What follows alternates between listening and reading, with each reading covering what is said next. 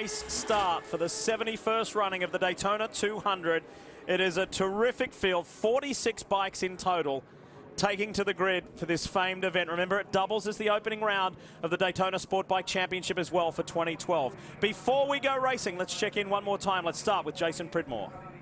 Thanks, guys. I think the key to me for this race is to see how all these youngsters are doing. We have a great talent pool of young kids right now coming up through the ranks. If you look at our first 3 rows here, we've got some very fast kids. It's going to be interesting to see how well they can keep their head over 200 miles. Well, you know, Jason, looking at Tommy Hayden on the number 8 bike, right? The surprise entry who only showed up here 2 days ago. Tommy hasn't raced a Daytona 200 ever on a 600. He hasn't raced a 600 since 2007. He said he's having to learn everything all over again and only do it in an abbreviated program compared to the rest of the competitors. If Tommy can find a second here in the race, there's a possibility he'll be able to latch on to the lead group. Tommy Hayden might be the dark horse, even though he's coming from row number 4. Unexpected. It was a surprise. Got that gift courtesy of the Garrett Gerloff accident, and we certainly wish young Garrett a speedy recovery. We'll see him back at some stage this season. But for now, you've got a couple of wily veterans like Jake Zemke there on the 98 on the Duck Shop Ducati, and you've got Martin Cardenas sitting on the pole. And they're surrounded by these young, hungry riders who want to make their name, who want to be the next DeSalvo, the next Zemke, the next Cardenas. This is going to be thrilling. This is the Daytona 200. You're watching it on speed. Let's go! Martin Cardenas has never had a great deal of luck in this event, and now he starts to play catch-up already from these young Yamaha boys. Here we go, looking around the outside. There's number 6, Cameron Bobby. Nice start by him. Jason DeSalvo definitely botched that start. Mired up in the pack, right up 10th spot right now, as they make their way down into the first international horseshoe right here. Cameron Bobier has been nothing but impressive so far this weekend. It's early days in the 2012 championship, but he has looked stunning. Well, the Graves Yamaha team, and they put together a great team. When Garrett Gerloff went out, they've got a guy right here to pick up the slack. Both of those riders were going to be up front, no doubt. And right here, Tommy Aquino into second, Cardenas third, Dane Westby up to 4th. This is good stuff for Aquino right here, riding on the SGA team. Is a new team thrown together for him. Just a one-race deal for Tommy right now as he tips it into turn 6.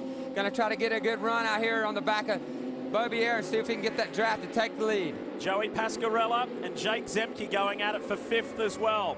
The Yamaha, the Ducati, they're in the mix. All right, we build up to speed on the high banks, the 31-degree banking for the first time. Well, let's see what Martin's Geico Suzuki's got for the SGA Racing Yamaha as they come down the front straightaway. Not able to pull out and draft down the back, sorry. And here we go, breaking hard for that chicane right now. Look at Dane Westby, the Wolverine. He's going to get up there and slice and dice with these guys. Young man out in front is 19 years old.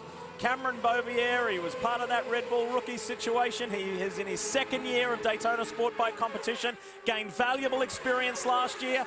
This year's the year to capitalize. Nice run by Westby on the 5 as he dips down underneath them on the banking right there. He's got his eyes set on Cameron Bobier now. Can he make the outbreaking maneuver as they go down in here through the tri-oval? And they'll dive down to the inside right here. There'll be a braking duel between these 4. Westby's got unfinished business here. Got his career first Daytona Sport Bike victory last year mid-season. That was really important for him. Now he wants to go on with it. He wants a championship this year aboard that M4 Suzuki, and it is highly likely that he could achieve it. You're not kidding. He can definitely do that. He's got the support of the right team behind him. He's yet gelled with this team now, and Tommy Aquino behind him also has a lot to prove, being a one-off race. He wants to come out here and show the fans and show all the teams that he still deserves to be out here racing. He'll be doing some racing in Spain as well this year, but we'd like to see Tommy in the AMA if we could. Benny Solis up there on the 35. Nice job from him. There's some good little pairings here, like you've got the Cardenas-Westby combination, both on the Suzukis. The Yamaha boys, Aquino no longer part of that works organization, but still flying the flag for Yamaha nonetheless. No doubt. Look at in the 5th spot right here, Joey Pasquarella. We got to keep an eye on him as well, riding that Project 1 Atlanta team bike. Those guys are the ones that brought Jake Zemke down here last year, Perry and the boys, and they can put together a great bike, and Joey can ride it. Look at how hard these guys are going at it on the first couple of laps of 57. That's what we talked about. This is an outright sprint race. It's 200 miles, but it's flat out all the way. Cardenas, I like the way that he's riding, the way that he's settling into his groove. He's old enough, mature enough. He's won this championship before. He knows you don't always have to be up front early. Stay back, learn what your competitors are doing, feel the track. It's been many hours since they had their warm-up. It has been, and you know, this is the time to just relax a little bit. Everybody's excited, you know, and it's trying to settle into their rhythm, find the pace, and it looks like these 5 right here have got a nice pace going as Pasquarello leads it for the first time by for him on the stripe. There's those combinations we were talking about. Cardenas and Westby on the Suzukis. Whoop, just a little pickup there. You got West and Solis. You got Bobier. Gerloff obviously no longer in there. Tommy Hayden was the late inclusion there. JD Beach and Jake Gagne. There's some great combinations. And then you've got some independents flying the flag for Ducati like Jake Zemke. Triumph in Jason DeSalvo. Such a deep field. It is a deep field with some new teams. That Road Race Factory team with Jake Gagne on it. He's going to make his way and make progression as the year goes on. That's a brand new team, so look for great things out of them the rest of the season. Jake's an awesome rider, and I expect great things from him this year. But these 5 out front right now are really having a go at it. Joey Pasquarello with the foot out, the Rossi style as he flicks it into turn 6 right here. As we roll through, we'll take a look at Jason DeSalvo back there in about the 8th spot right now. Did not get the start he wanted, but we know that Triumph's fast right now, so we'll watch his progress as the race goes on.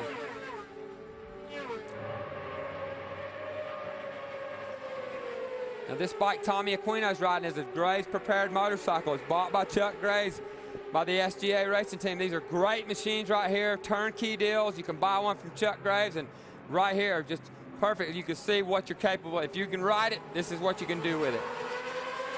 Young guys stepping up into the Daytona sport bike ranks like Joey Pasquarello. Had a couple of points finishes last year, we should say, but made his name in super sport competition. Now look at him, leading on the high banks in the Daytona 200. Yeah, he's got the March of Dimes behind him as a big part of this effort as well to make this possible.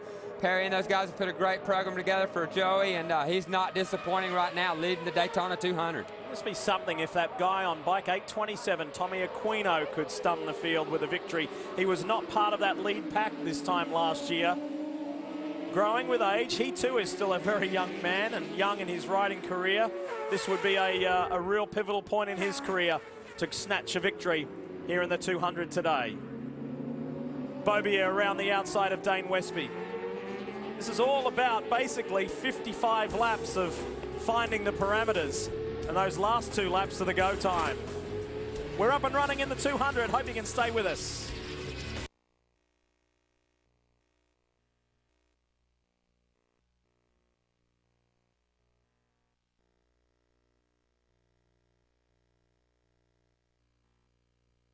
Monster Energy Supercross Championship from Indianapolis. We'll see if Ryan Villapoto can maintain his lead. He's certainly got a comfortable cushion in the championship. What can James Stewart do? We will find out. What can Tommy Aquino do? Look at this, blast right through to the lead. Yeah, Tommy's doing right what he wants to do right now. They got that Yamaha working. They're throwing this crew together for this race right now for Tommy. A lot of people came together to make it happen for him, and it's great to see him out here. He ended the season right last year with a win, and he left New Jersey without a ride, and it's just a shame right now, but Charlie Grannon from SGA is giving him a shot, and here he is making the most of it. 3 guys in this lead group of 5 are 19 years old. As Jason Pridmore alluded to a little earlier, the depth of talent in American motorcycling right now and at a young age is staggering. And we got a super wave of talent, like he said, coming through right now. Look out the rest of the world, because they're coming. And we're turning back time. No, that's not the late Gary Nixon you're seeing there. It's Jason DeSalvo. Isn't it terrific to see that livery, that color scheme, that design? And Jason is so proud. He told Scott and I earlier in the weekend, it gives me goosebumps that I'm wearing these leathers, this color scheme, and doing it for Gary. It gave me that just standing there talking to him. I tell you what, Gary was an awesome guy, a great racer, and man, to be honored here. Danny Estick wore one of his helmets in the Superbike race, and I tell you, it's just, people love Gary. We sadly miss, it's just not the same around here, the atmosphere isn't without him. 4 abreast, side by side with Pasquarello right up against the wall and sweeps right around the outside of them. Westby on the inside of Aquino. This is hairy, man. When you come into that chicane on the braking duel with 4 or 5 guys and you get down on the inside, you better make it stick or you're going to take them all out. So very intense moments as you go down that back straightaway. That's such a good point, because Corey West, who nearly won this event last year, he said, I'm going to let those 6 guys in front of me tangle each other up in the chicane. I'm going to hold back, and he slipped up the inside through the chicane. Look at this on the outside, the defending winner. Look at bike number 9, Jason DeSalvo. He just checked up there a little bit, just got out of the throttle ever so slightly. I tell you what, man, look behind them, though. We got a slew of guys coming up on this pack. We got a 10-bike guy, 10-bike pack almost right here. That's Bubby here making a mistake like his teammate did, but he did the right thing. He gathered it back up, got the right speed, he got the bike upright, and then accelerated, unlike Gerloff, and it cost him. So he'll learn from that lesson right there. But look at number 98, Jake Zemke, on the Duck Shop Ducati. He's made his way up to the pack right now. Talked to him a little bit yesterday. He'll have another look as they come around right here. 4 abreast on that last lap down the back chute. Look at this. It is tight. Pasquarella up against the wall right there. He's got a nice spot because he'll have a nice wide entrance as they go in there. And man, he's good through the infield. Look at him. He's gapped Wayne Westby by about 5 bike lengths right there. Hard on the brakes. Got that Rossi foot hanging out right there as he tips into turn 6. Gets that bike turned nice and tight right around those barrels. And you want to exit right here by the grass, Lee, because the trajectory going up on the bank, and you want to make that as parallel with that wall as you can. 9 bikes in this lead group. You can't ask for any more than that in such an early stage. Aquino down low, Westby on 5, 36 is Cardenas. Coming back from the Superbike ranks, he won a race last year, thoroughly enjoyed it. Opportunity wasn't there to stay in Superbikes this year, but Geico said, hey, we'll have Martin Cardenas on a sport bike in 2012. And he said, thanks, sign me up. Hey, he was built to ride these things, man. I tell you, this guy can ride like the wind. Look at him dangling his arm right there. Might be getting a little arm pump because this is intense. Right off the bat right here, these guys start swinging at each other. It's no laying back right here. Everybody wants their shot at the front.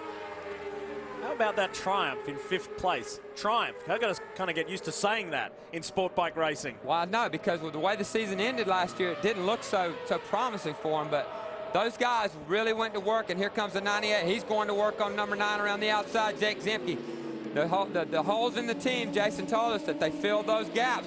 And, man, they came out swinging this year. Jake Zemke whips by that Triumph on his Ducati. Tell us more, Greg. Well, Jake's biggest concern was actually getting off the corner, which a lot of people talk about those V-twins and how great they are off the corner. But the way Duck Shop designed the motor, the way that they tuned it, it doesn't come off the corner quite as hard as some of these inline 4s, but he's got a lot of top end. So Jake told me right before the race, if I can get off the corner with these guys, I think we'll be all set. Well, I talked to him last night at the dirt track, and it wasn't, you know, you can't get off the corner, it's not good. You got top end, that's one thing, but you'll see him right, Bubby, are driving around the outside, and you saw as they left the first horseshoe, he got dusted off by the 9 on the Triumph, Jason DeSalvo. So he definitely got some acceleration issues. But if these guys keep scrapping like they do and keep staying together, putting out those 5-6 bike length drafts, he'll be right there. The irony to all of this is that Jake Zemke tested at Jennings in North Florida during a Jason DeSalvo Speed Academy school just recently. Well, Jake's definitely laid out a year, and he comes back right back here running up front. That just goes to show you how talented of a rider he really is. And, man, he deserves a shot out here. We missed him last year, but we're sure glad to have him back. You know what, as we see this great scrap going on at the front with Cardenas and Westby, Jake had offers to come back, but he said they weren't great offers in all due respect. I'm not going to come back and just ride around. I've been in this sport long enough. I'm only going to come back if I can win. And that's what Mark Sutton, Tim Robinson, and Rod Snyder from the Duck Shop offered him.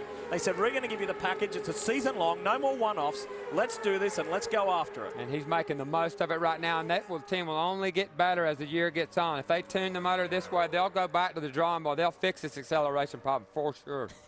This looks like a practice session, doesn't it? It's really a race, folks. It's the Daytona 200. It's how close it is. And hats off to AMA Pro Racing for getting this formula so right. These bikes are so close, so competitive.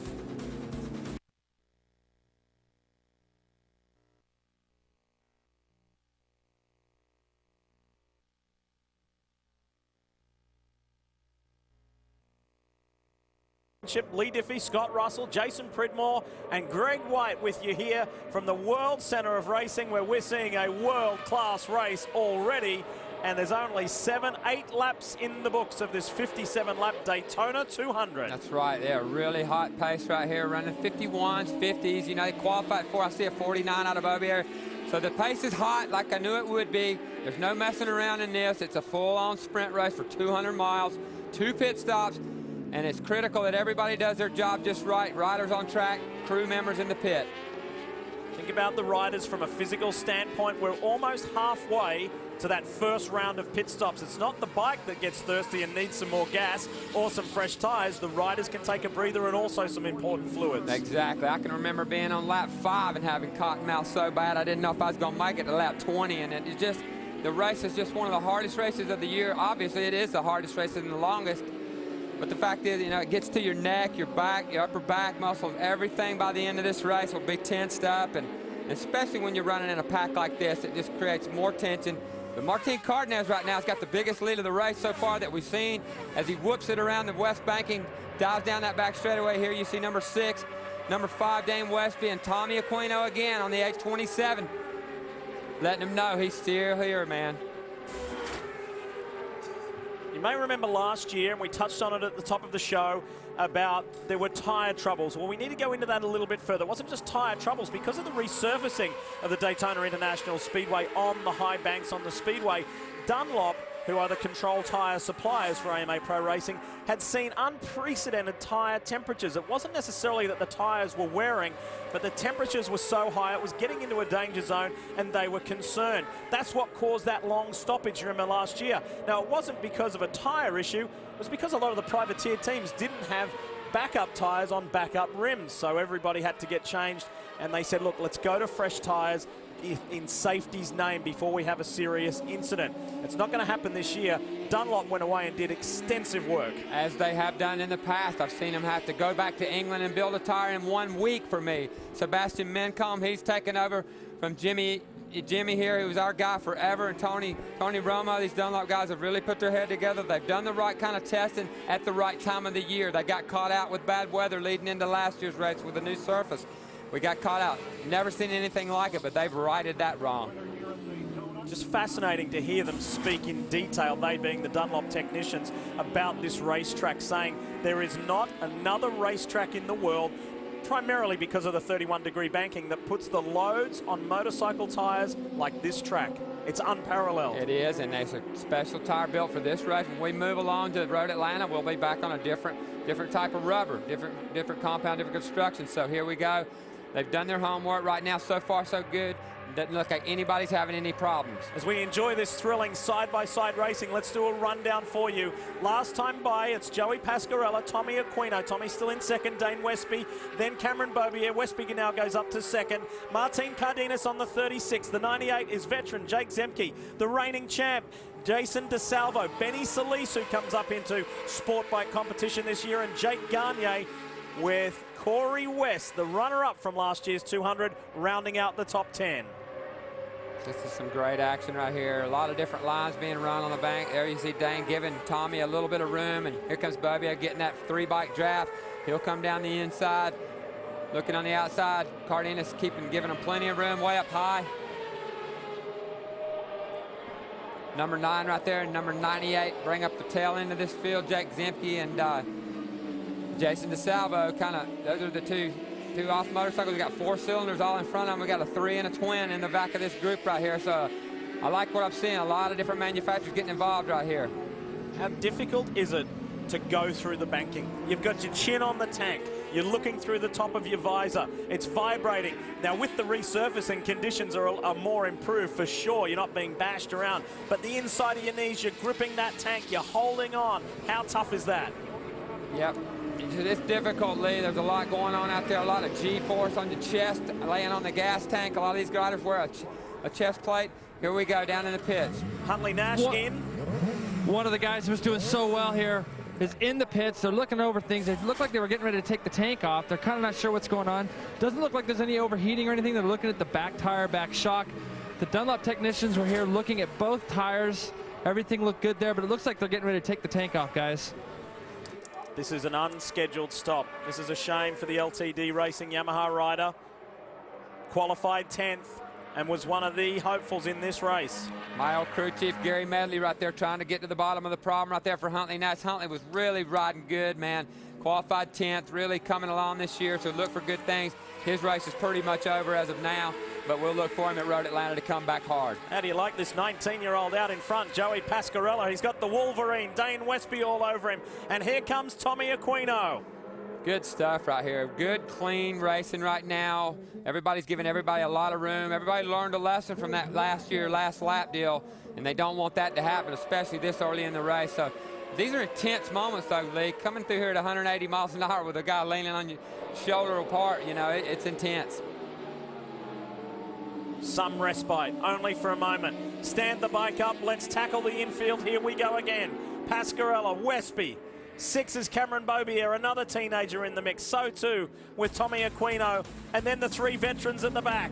DeSalvo, Cardenas, and Zemke. What a race we've got.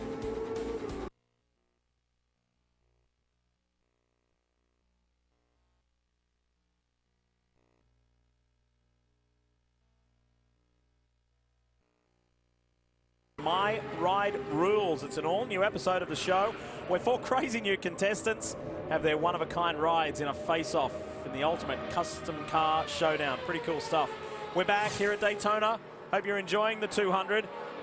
Lost count of how many lead changes. There's been so many. It's just too many to count. But this is typical 200 racing. These guys feeling each other out, seeing the strengths and weaknesses. Who's good where? What have I got? How's my bike through the banking? How is it through the infield? How are we looking as Cameron Beaubier runs wide in the International Horseshoe? Able to pull that back out and then hold that line on the tight exit right there and remain in second spot right now. So, yeah. A lot going on right here, a lot of schooling going on, people learning what's going on with the next guy in front of him, who's strong where. But Pasquarello, man, is really impressing me. I'll tell you what, and look at the different style he's got. Look at all the bodying that's hanging off the motorcycle.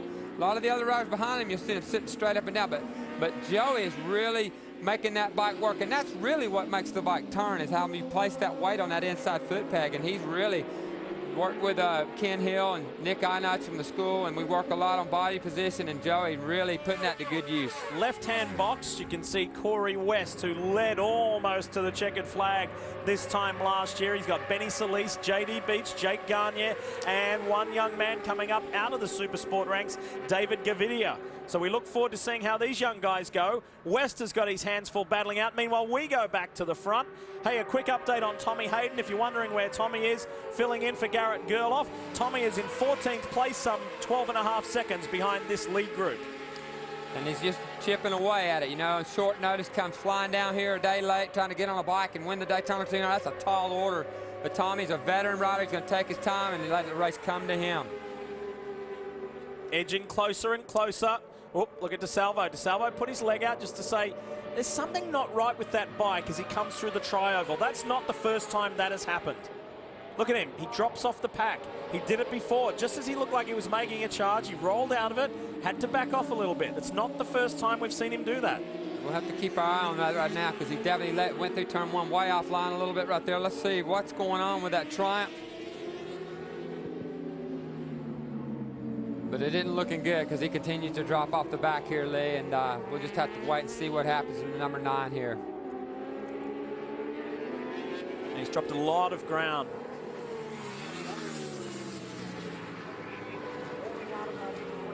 And that's frustrating. He's lived this race before. When he was on that Ducati last year with his latest Motors team, only to have an engine change, and it was the gift of a lifetime. Got back out and was the strongest man coming to the line. First year that rule's been implemented, and that, wow, whoever saw that coming, nobody's changed into swap, win the Daytona 200. Wow, I don't know about that. But it paid off for him. It all happened at just the right time. It was one of those just meant to be deals for him. Working lap 14, remember that pit stop window is approximately 17 to 21, so we're edging ever so close.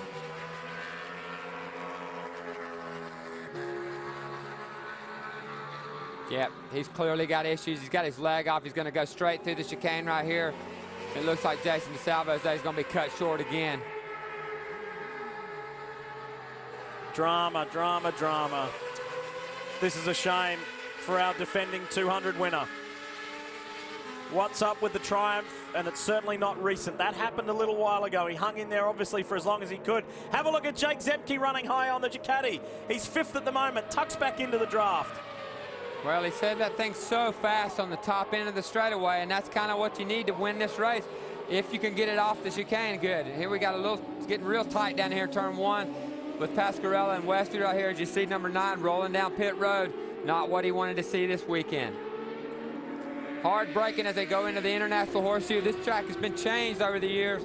This turn's got a whole different look to it than the original International Horseshoe. It's more of a V-type corner. It's very difficult to get it right. Let's go down to that DeSalvo camp. He's in the pits, guys, and jumping off the bike. Something's weird with it. He's pointing at the rear tire. Just having a look. They're putting fuel back in the bike here. Trying to hear what he's saying. I just can't quite hear what he's saying here. They've got a brand new fresh Dunlop already mounted up, looking at things. It's almost like, you know, as a rider, Scott, sometimes we feel vibrations and things. So being at this place with the bankings and things, it makes it to where we probably get a little nervous, you know, especially running in a big pack and a big group like that. All I can see that they have done so far is put a new rear tire on it now. They started the bike up. The bike sounds fine. Everything looks good. Jason's heading back out. Well, the good thing for him right now, he's still on the lead lap. But the bad thing is the leaders are going down the back straightaway, and he's coming out of turn 1. So it's going to be a long day for Jason DeSalvo. He kicked his leg out right here, Lee, coming to the start-finish. If you got a tire chunk or a tire issue, you will feel it on that high bank at that speed. So he definitely felt something, felt he needed to come in and have a look at it, and that could be the end of his day. Look at this, look at this, look at this. I'm really impressed with the way Joey Pasquarello is piecing together this race. He's led, he's been back, he's made moves, he's relinquished the lead, he's worked out his drafting strategy. This has been impressive from the young man. It is, I'll tell you what. Nobody, I mean, the people around knew he was an awesome talent. And the Project 1 guys have no doubt built a great motorcycle. And here we got lap time. This is where it's going to get interesting right here. As they swoop around these two slower riders, everybody stay tight. Let these guys go through. Nice job by those guys to stay out of the way as much as they could. And Westby comes out with the lead after that. And he's going to be tough today, as he has been right from the drop of the flag. Bike 5, we're talking about the M4 Suzuki of the Wolverine. Dane Westby leads the way.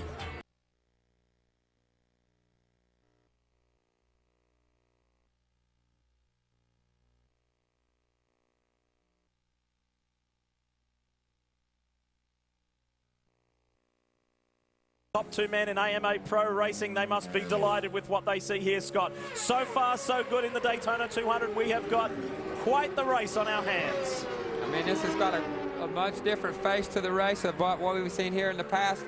Now that the Daytona 200s run on 600s, it's you know, there's a lot more riders that can ride these bikes to the limits, and that's what you're seeing right here. That's why you got so many guys running up front. For those of you who are Jason DeSalvo fans, Jason Pridmore has been hanging out in that latest Motors Racing Triumph camp. What's the latest? Why did he come in early, Jason? Well, Lee, that's the big question. I talked to the crew. They said that the bike sounds fine. Jason felt something out on the track, which is kind of what I alluded to in the report, that sometimes as riders we feel a vibration or anything that goes on around here. And when you're running this close with this many guys, sometimes it's better to err on the better side of caution. I'll say this, it's a little bit like deja vu. Last year I remember Jason DeSalvo coming down pit lane like that, having them look over the bike. He went back out, stayed on the lead lap. Next thing you know, he came rolling down pit lane again with a motor that was gone, and we know what happened from there. 35 is Benny Solis on the Vezra Suzuki. This is one of the young hopefuls, one of the young hotshots, and his 200 has taken a massive hit. What's up with that Vezra Suzuki, who have riders in just about every class competing here this weekend? It's been a massive effort from those guys. What a shame that we've lost Benny already. Tommy Aquino back out front on that SGA, Yamaha Champions Riding School. Yamaha running up front, really making a good show out of this. Wide out there on the curb, not a problem for him. They brake hard right here. This is a corner really important right here to get the bike upright, get on the fat part of the tire and get the direction change and drive it up that banking right here as you get top speeds down that back straightaway. It's critical for that drive right there to make the most of that. Scott, you know, as a rider, I know you've obviously know about the pit entrance and the pit exit here. Now we have speed limits. When you're in a big group of riders like this, how important is it to make sure that you're last lap before you come in pits is good, but more importantly, your out lap when you leave pit lane. How much practice did you do during the week of just working on getting out of pit lane, maybe a little bit more aggressive than you would at any other AMA race? Yeah, it's real tricky, Justin. You've done it, and you know that pit road exit here is very narrow, and there's a concrete wall right there to catch you if you make any mistakes. The big difference is the pit road speed limit now, which I never had to deal with, so I always practice coming in as hard as I could, getting to my pit as fast. So now it's a lot different, but the pit stop itself is more critical, and the riders can't go over that speed limit or it could go wrong for them real quick. You're hearing the voice of 5-time Daytona 200 winner, Mr. Daytona, Scott Russell. And we are now in our first pit stop window. It's amazing to me how closely these guys have come through turn one these last several laps. That lap was pretty spread out compared to what we've seen, and you know, they all look really comfortable racing with each other, and that's the good feeling for these guys right now, that they're building trust right now in one another and seeing who's erratic. Everybody seems to have it together. Tommy Hayden has come into pit lane. All right, here comes Tommy. He rolls up to his spot. He gets off the motorcycle. The crew's working on the front and rear tire. As the fuel goes in, Tommy gets a sip of Monster Energy, throws it back over pit lane, or pit wall, and looks like Tommy's back on the bike and on his way. What an extremely calm pit stop from the Yamaha Extended Service crew. And Tommy's back out there and on his way. Nice job by that team. Well, you see him right there working on that pit road speed limit, trying not to exceed that 55-mile-an-hour speed limit, 50-mile-an-hour, sorry. And that's critical. The crew's got to keep it together. You can't get excited. You just got to do your job right. Don't get all excited about it. You want to see how to do a pit stop on a motorcycle? That was it. Nicely done from the Yamaha squad. Beautiful. 19 litres is the capacity of one of these 600 tanks, or for Daytona sport bike racing, which equates to 5 gallons. You got to top it up, get some fresh rubber on there, and send your boy. Well, look at this two right here. These two young guns right here are kind of gapping the field just a little bit. We'll see as Bobier drives to the inside right now. We'll see if he's decides to come to pit road. That window's definitely open right now, and it looks like that might be the case. He might just be going for the lead down on the bottom. Quite often you'll see the rider gesture when he's coming into pit lane, maybe take his right foot off the peg ever so slightly, as a common courtesy to your fellow rider, just so in case somebody's coming up the inside, you want to notify them where you're going. That's a great point, Lee, and especially in a pack like this, you got to let these guys know what you got in mind, because, man, we could end up in a bad situation coming around that NASCAR turn 4. So here we go. It's getting back to that DeSalvo situation where he wasn't quite sure and felt that vibration. He had something like that last year coming to the finish where he thought he'd chunked a front tire, but in the end he was able to go to victory lane anyway. Jake Gagne on pit road. Greg? Yeah, the 132 is in, and this Road Race Factory team getting that motorcycle. That was very quick stop. Jake got a little bit of a sip. He's got to get the motorcycle running, and he's off. So a little longer than the Yes Yamaha team in terms of the rider, but extremely calm and a nice job. High fives everywhere down here. He did a little bit of flat tracking on your property in Georgia, Scott. How did he do in the winter off season? What do you think about Jake Gagne's hopes? You had to bring that up, didn't you? Yeah, he come out to the house and wore all of us out on a stock 100. When man, that kid can ride anything. He's a motocross guy background, but he can ride the XR 100s and surely ride these road race bikes. And he's got a great team. That Road Race Factory Red Bull team got him in, got him out of the pits just right.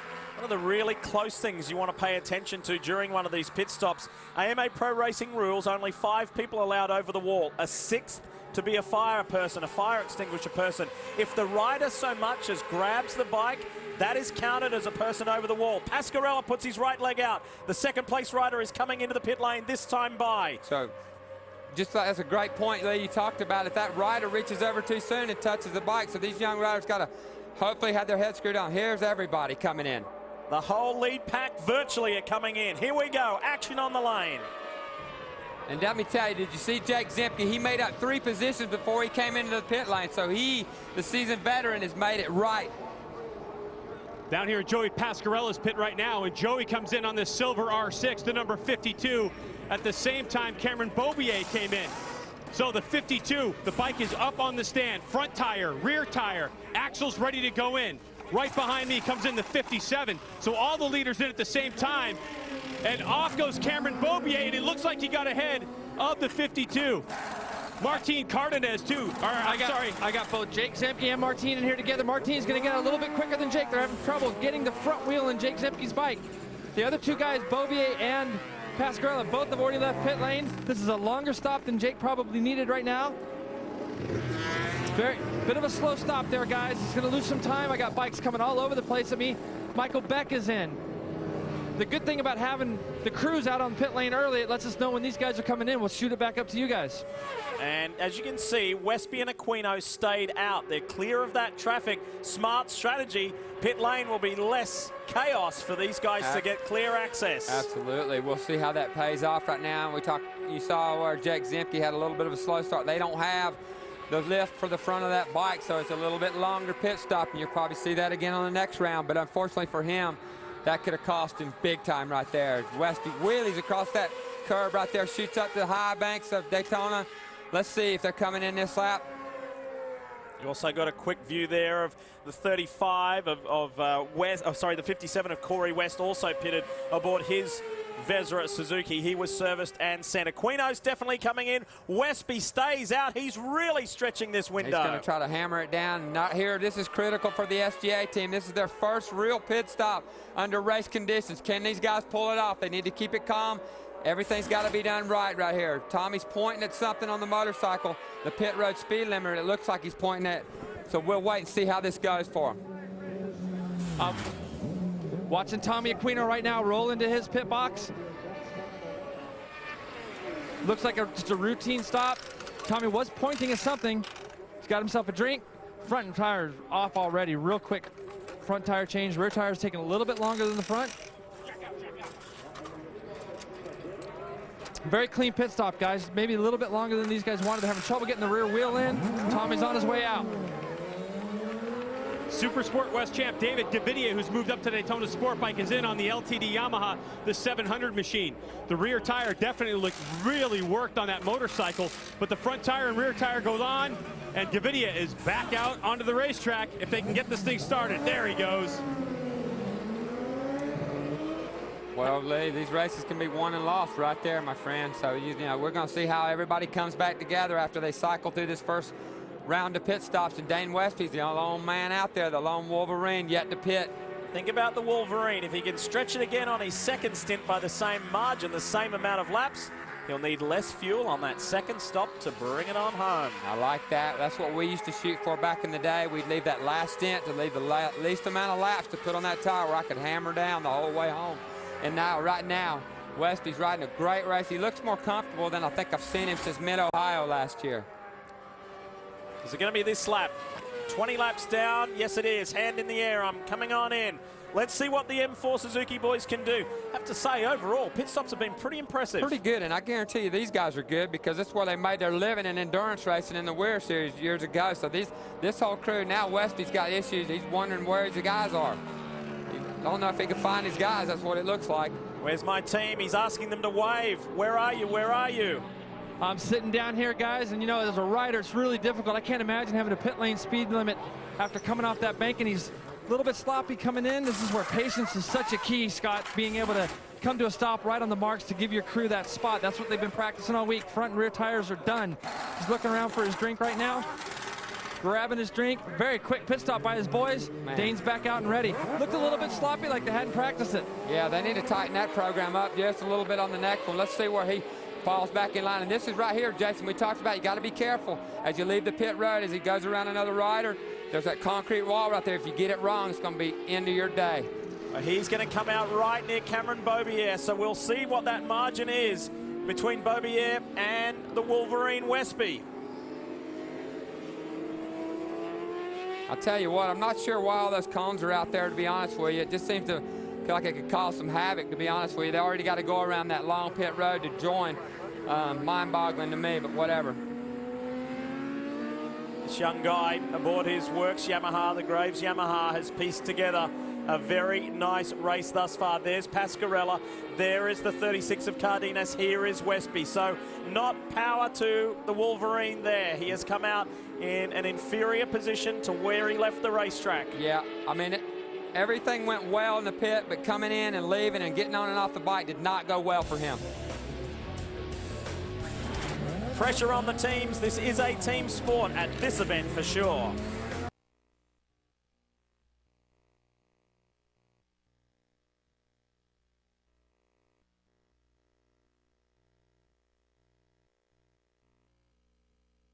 sure most of you have seen it. It's the dumbest stuff on wheels. It's Wednesday nights at 8:30 p.m. Eastern, only here on Speed.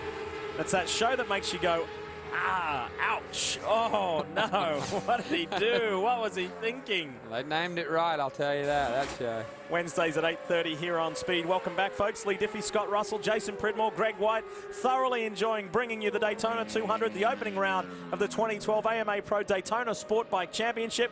What a race. However, to underscore the point on how important clean, clear, precise and efficient pit stops are, this thing has opened right up. We had a lead group of 9 not that long ago, maybe 10 laps ago. Now it's opened up. You've got Pasquarella, you've got Martin Cardenas and Cameron Beaubier there. They've got a 6-second lead over Dane Westby, who was right there at one stage. He was our race leader not that long ago. And then Westby's got a 7-second lead over Tommy Aquino. Yeah, it's just that can be won or lost, like we talked about in those pits. Are so important to get it right. Here we go down through across the start-finish line right here. This is where Pasquarella will take over the lead again from Cameron Beaubier.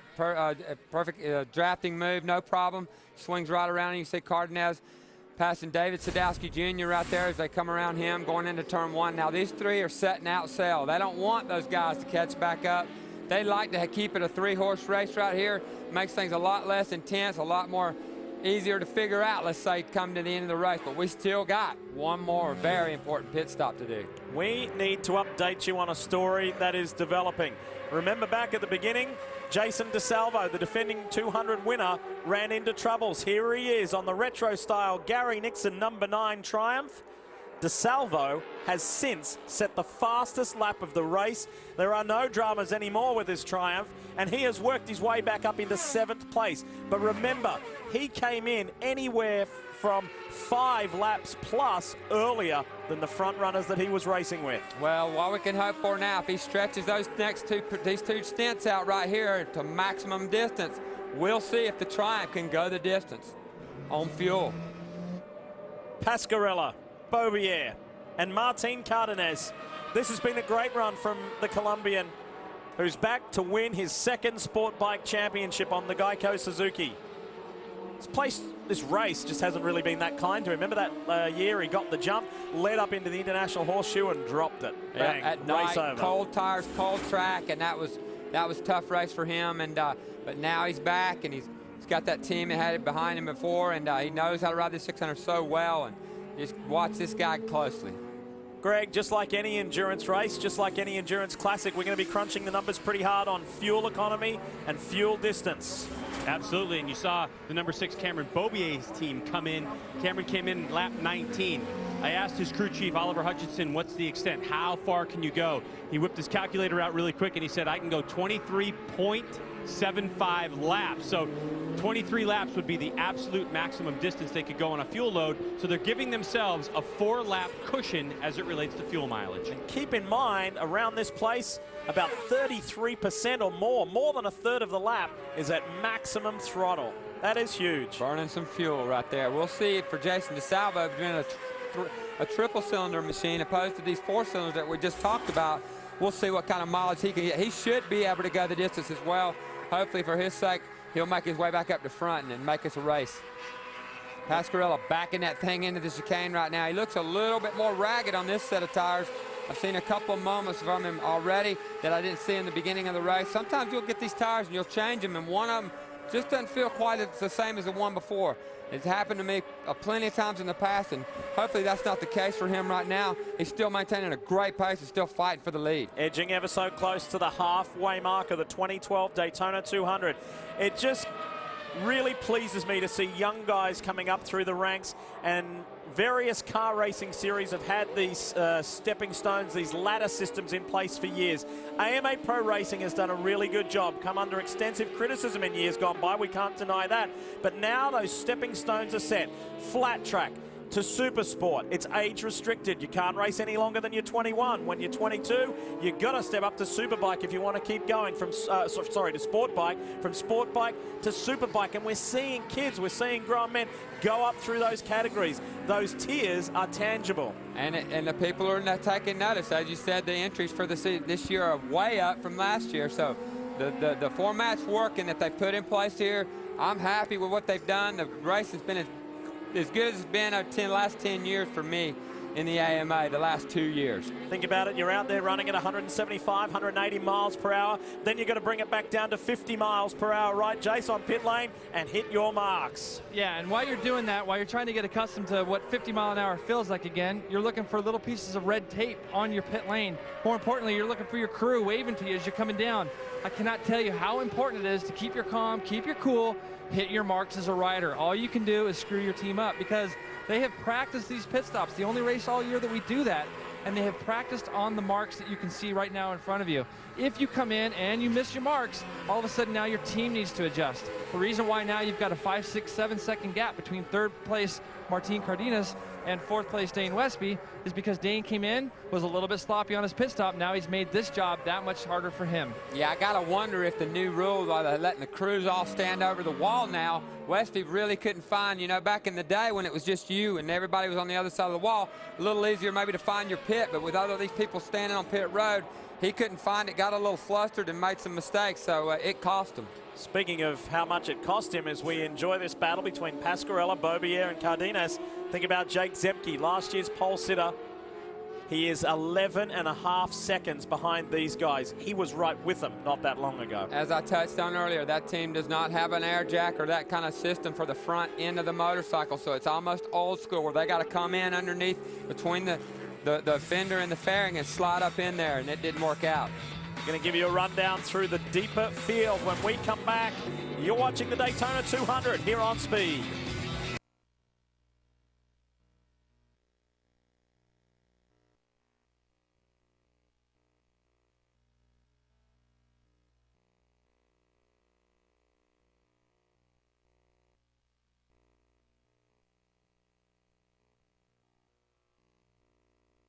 Battle on an all-new Car Warriors, but will this intense rivalry push one team to do the unthinkable? You can find out. Car Warriors is all new Wednesday night at 9 Eastern, right here on Speed. Great to have you with us. The Daytona 200 continues, and we're getting into that interesting range now where we have just crossed halfway. If everything's looking good, like it is for Joey Pasquarella, Cameron Bobier, and Martin Cardenas, one more pit stop will do. And they have a very healthy lead over Dane Westby to the tune of 5 seconds at the moment. Well, unfortunately for the Wolverine, he came in and got a little flustered in his pit spot, couldn't find his spot.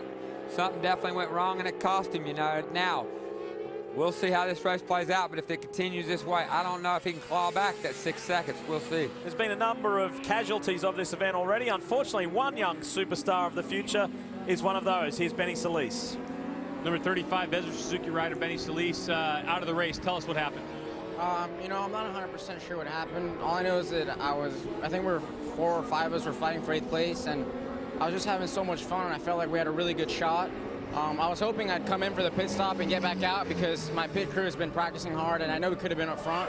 But, you know, unfortunately I had a mechanical, and I pulled off in 6 just so I could make sure everything's safe, and, you know, that's how it is. But looking forward to the next race. I know we can be better. All right, tough luck now, but Road Atlanta's coming soon, so good luck. Thank you. Yeah, we'll see him back again. He is a superstar of the future. So it's Pasquarella, Bobier on 6, Cardenas on 36. A little further back, Dane Westby on bike 5 in 4th. Then Tommy Aquino. Then Jason DeSalvo. Can you believe that? He's clawing his way back. Jason Pridmore has been camping out in that Triumph team. What are they telling you about fuel economy and how far can they go, mate? Well, he did come in on lap 14, just as you had suspected. We sat and talked for a minute, and they just wouldn't give me an answer on how many laps he can do on a full tank of fuel, Lee. So I guess it's going to be a bit of a fuel mileage thing, and I did try to get the information out of him. I was trying to be a good reporter, but they just wouldn't give it to me. That leads me to think 2 things. 1, they don't want to tell you. That's the obvious. 2, they don't know. That's right. One of those 2 for sure, and we're going to find out as the race goes on, but definitely he's laying some good lap times down and doing all he can do as a rider, so we'll see where he ends up. Well, if he can stretch it, say 22 laps on this stint, he can do it on 1 more. It's going to be a stretch at the end. It'll be real close. He might be on vapors at the end, but it's not unthinkable to think that Jason DeSalvo could do it. Keep in mind, though, he is 18.8 seconds behind this young man here. That's the key thing. That's key, and these guys aren't letting up at all. I mean, they're still running, you know, good lap 52s, 51s, and, you know, pretty good pace from a 49 pole position time, and, you know, pretty hot pace. Like we said, this is a full-on sprint, and these guys have broke away from that big pack we saw in that first stint, and now they're kind of out there just settling in. Each of them will take a turn at the front. Everybody but number 36, he's happy to sit there and watch and learn and just wait. We know that Atlanta, Georgia is a huge motorcycle market. This is your team vying for the lead right there. Project One Yamaha of Atlanta. And they've got support from March of Dimes. And Joey Pasquarella is putting on the ride of his life. Yes, he's a championship winning rider. He won Supersport West a couple of years ago. He's a Supermoto Lights champion. So he knows how to win. He knows how to get it done. But this team, this was a last-minute deal. And look at this. They got the pole last year with Jake Zemke. They're leading the way this year with Pasquarella. Tell us more, Greg. Well, the backstory to the Pasquarella and the March of Dimes sponsorship is that they got that March of Dimes support, and they told Joey Pasquarella about it. And Joey was just telling his family, hey, great, I have a ride. I'm going to Daytona. And his grandfather said, with who? And he said, March of Dimes. And his grandfather said, without March of Dimes, I wouldn't be able to walk. He was born with 2 club feet. The support from March of Dimes allowed him to get braces on his legs and allowed him to walk the rest of his life. So Pasquarella said, wow, now I'm truly invested in this support from this team. Quite a heartwarming story. That's an amazing story, and I bet that's why you're seeing such a great ride out of him. He's probably wanting to bring this one home for his grandfather. What a great cause that is, and Perry and all the guys over there on Project One have just, you know, tried it with Zemke last year, came so close to winning it then, and these guys really are a class act, and they built a great motorcycle right here, and Pasquarella's doing his jobs, and they've done their job in the pit, so they've got a great shot to win this Daytona 200 today. This is a big field, and the front runners are coming up on traffic. That's nothing new. How much of a factor is that? How much have you got to coach yourself to make the right smart move past lap traffic? Well, you know, it's kind of easy sometimes on a track this big. You know, if you see a guy, you can kind of lay out and pick and choose your spot to pass him, especially in an endurance race like this. It's not critical that I make this pass in this corner, so to speak. I can maybe wait. On the left of your screen is Dane Westby. He has just set his personal best time and has brought that lead margin down to 3 seconds. Here comes the Wolverine. He is on a charge right here. I said earlier to Lee that he looks more comfortable than I've seen him since Mid-Ohio. And when this guy gets dialed in, man, he's as fast as anybody. He might be faster. Look at him. He's just doing whatever he wants for that bike. And that's what you like to see in a good rider, and his team deserves a win here right now. Chuck and the guys worked so hard to put this bike underneath him, and he wants to deliver today the goods. Yeah, those 2 big lamb chops, those sideburns on either cheek don't slow him down. He's the man. We'll see what the margin is next time around as this lead trio fight their way through. 3.7 seconds was the margin back to Westby as Pasquarella goes back. Westby's taken another 0.6 of a second out of it. Well, I think what you're seeing is you got the 3 guys up here just happy to run what they're doing. Little do they know, the Wolverine's coming from behind, and with his clear racetrack, nobody to dice with. He's all by himself, kind of, so to speak. He can brake harder. He can do the things more like a qualifying effort, so to speak. So these guys are up there thinking everything's just fine. Well, number 5 is going to come rejoin that party real soon.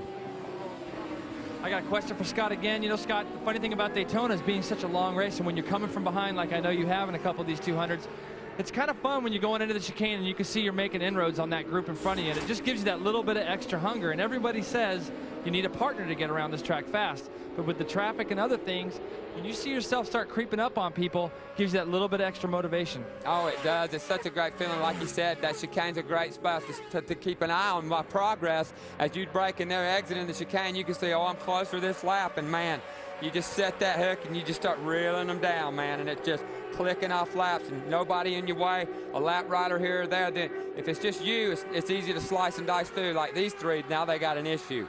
What a dramatically different race to last year. Last year's race was reduced to just 42 laps of the scheduled 57 because of that nearly 2-hour break to get everyone fitted with new Dunlops. This has been a race to remember, and we're far from done.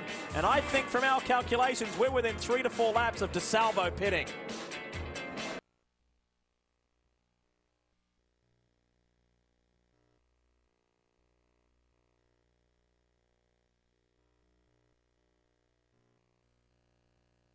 On Pacific time, it's the Malaysian Formula One Grand Prix live right here on Speed.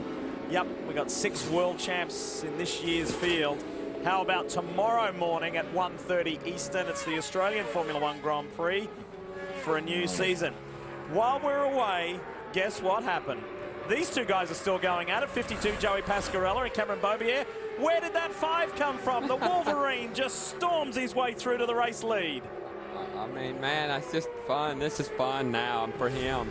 I mean, when you see that you can reel these guys in from that far back, man, he's got a great feeling with this set of tires right here.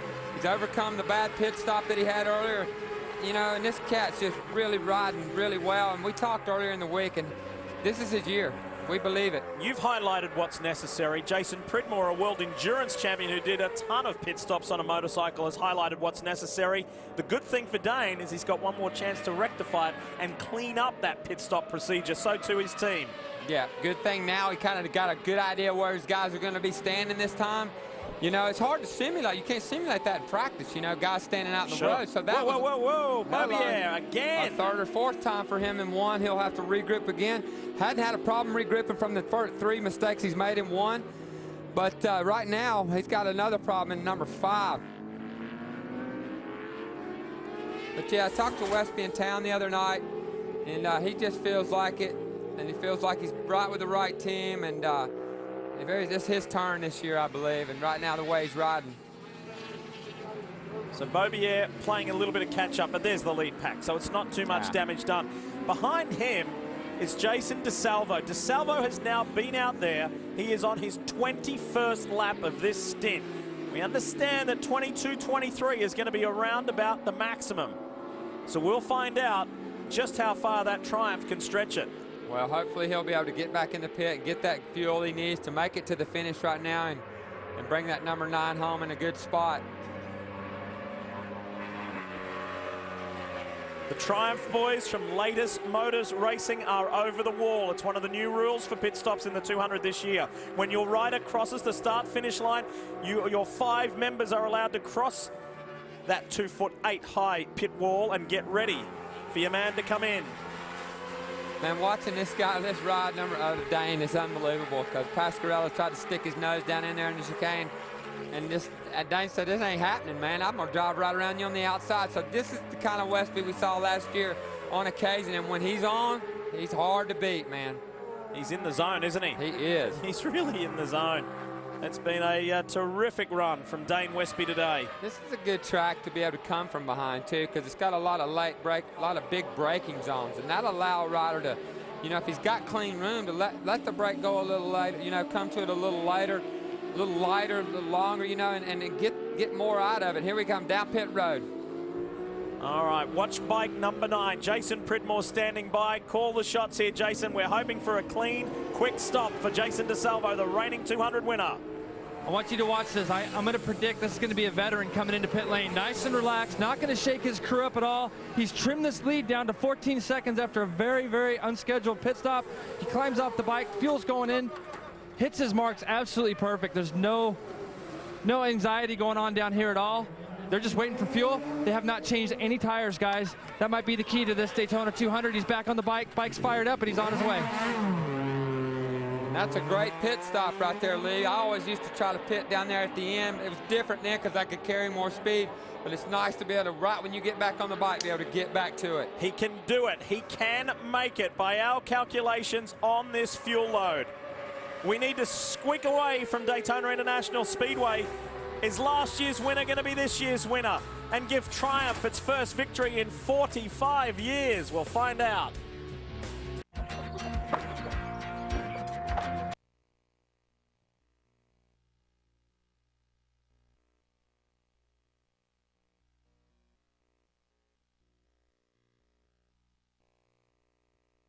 Pickup at turn 1 had no real serious effect.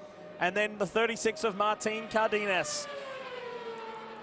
If you have not watched a whole lot of sport bike racing, the guy on the Geico Suzuki in yellow and black right there is a master at coming from behind. Last lap passes, last lap dashes. That's how he became a Daytona sport bike champion. He has got it all. He's the total package, man. And on this Suzuki right here, with Geico backing him, he's got everything he needs.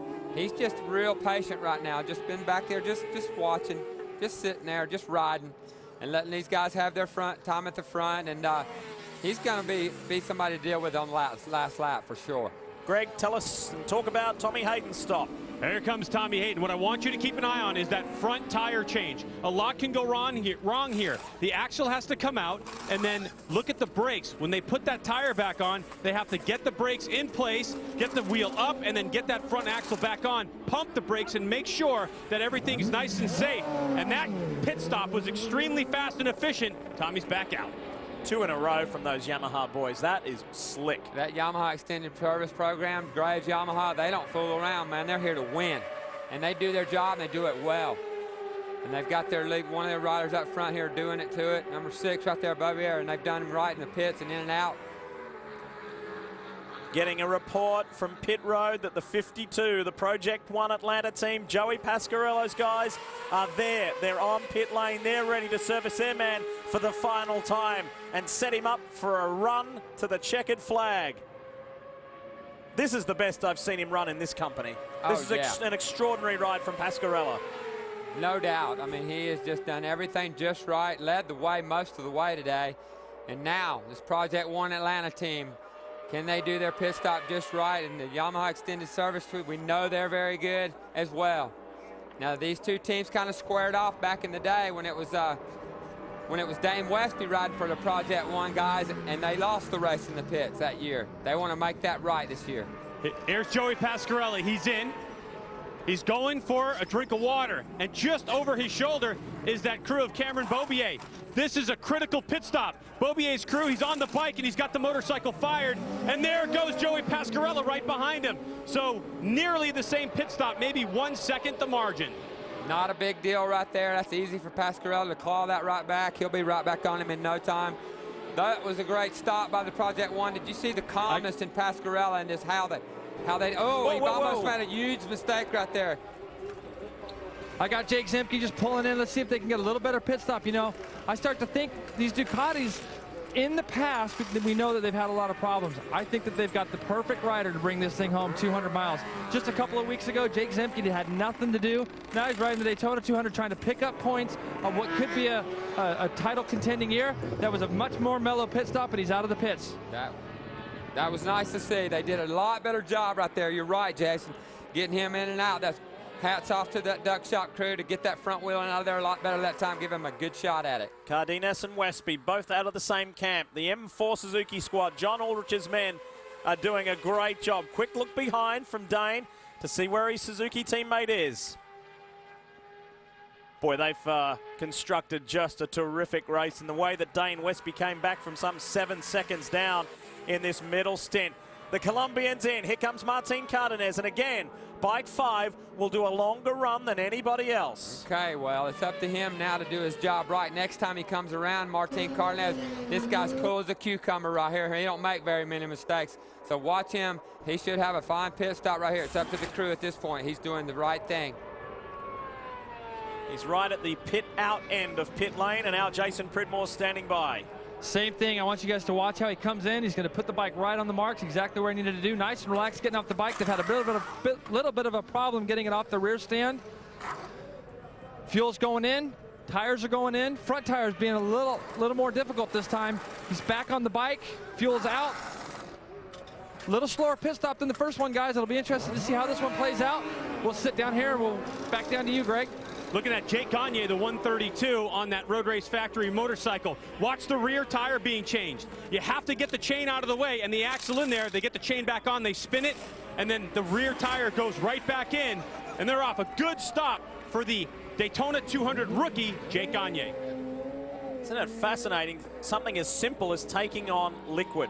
Some guys have their own camelbacks. Some guys, like Corey West, was drinking out of a water bottle, tipping his helmet up. Others, the refueler has a camelback and the rider takes the strap from him. Others take a bottle out of the back of the refueling unit. I mean, every team has a different philosophy on what's better. Yeah, exactly, because we only do this once a year, so it's not like a standard deal how, you know, you would do it if you did it every race. You know, everybody probably be more of a similar deal, but now, just being a one-off deal, everybody's kind of got their own little deal going. But it's important as a rider to get that drink, because I've been out there and I missed the water bottle on the first stop before, and it makes a long day when you miss that drink of water.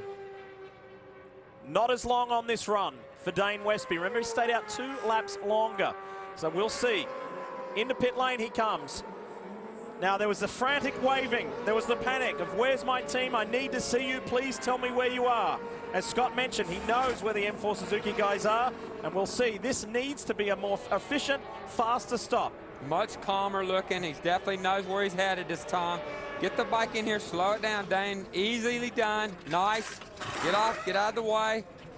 Way better pit stop here, guys. He came rolling in here like he learned something from the first one. He doesn't want to have to go back out and push as hard as he did to catch back up to those leaders. Fuel is in, front tire is an issue, rear tire is already in.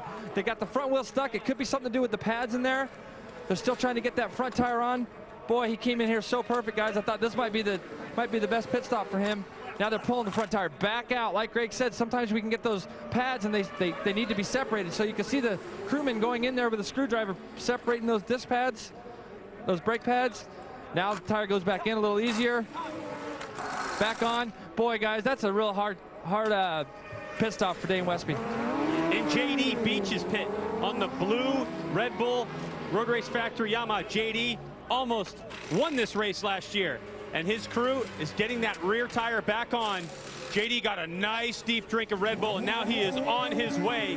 So JD back onto the racetrack. We'll see how this whole thing shakes out and where JD's going to end up in the running order, see if he's got a chance. Never say never, but you pretty much just saw Dane Westby get taken out of contention for this Daytona 200 with every second that slipped on by. I tell you, that's a shame right there. He did everything right that time himself, and you know, sometimes this is racing. It doesn't go right all the time, and unfortunately for him, he's got it all to do over again, but he doesn't have that much time to do it in.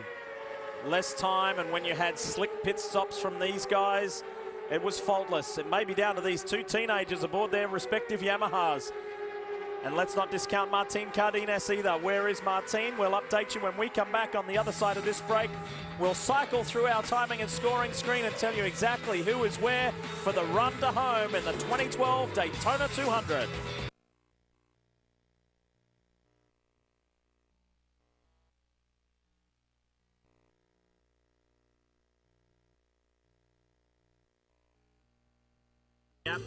To the iTunes store or the Android market.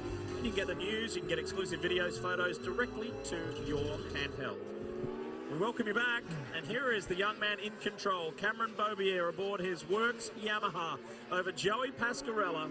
In third is Martin Cardenas, but Cardenas is 6.5 seconds behind.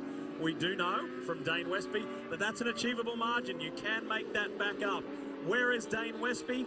When he comes across the line, I'll give you an exact figure, but he's in excess of 30 seconds behind.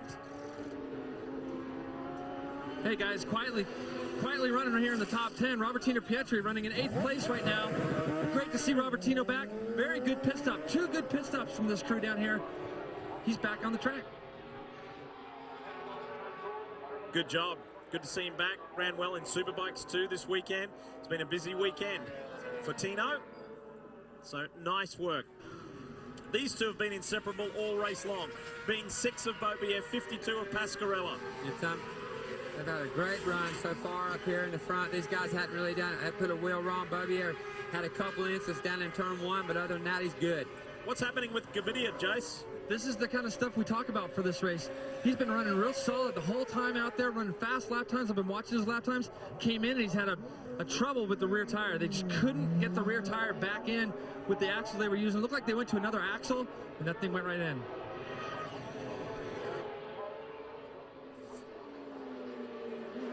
And there he gets released right in front of the leaders, about to go a lap down. It shows you just how costly it really can be. 43 of 57. This race has been flying on by. It sure has. It's been a nice, clean run so far. Unlike last year, it's nice to see that. Looking here at the timing and scoring, Martin's 6.7 seconds behind these guys. That was a terrible run right there for him right now. Can he claw that back? He's got 15 laps to try to get back to it. Looking at the lap times, though, that doesn't look good for him because he's running about the same time as the leaders. Same goes for Jason DeSalvo. DeSalvo is running in a solid 4th place, but he's 14 laps behind the leaders with 15 to go.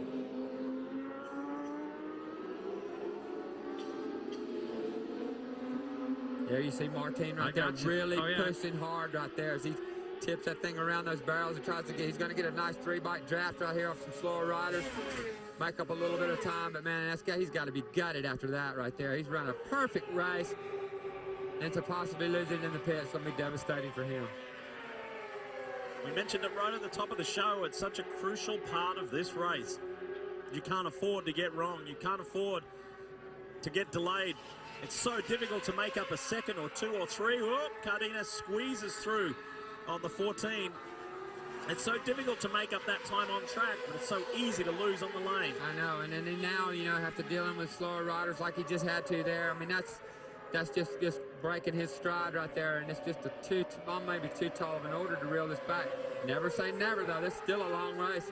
15 laps is a long way around Daytona, and anything can happen in a short time here. We've seen it in the past, so Martin just keep his head down. He's a cool character. If he doesn't win this one, he knows he can still win the championship because it is such a long season. See him backing it in right there to turn 1. He'll get that thing turned. We'll probably finish this with the rear. You see him sliding that bike around a little bit right there. Jumps the curves, tries to straight line this as much as possible. It's just a shame to see him this far back right now after such a good run. And a lot of and West even worse right there. Here's Jason DeSalvo.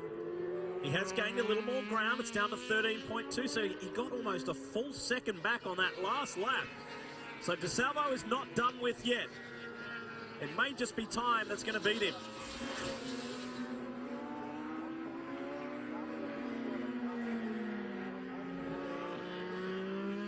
Sure, nice having a talk with Jason this week. We had a chance to sit and talk with him a little bit about this whole Nixon thing, and what a cool kid, you know.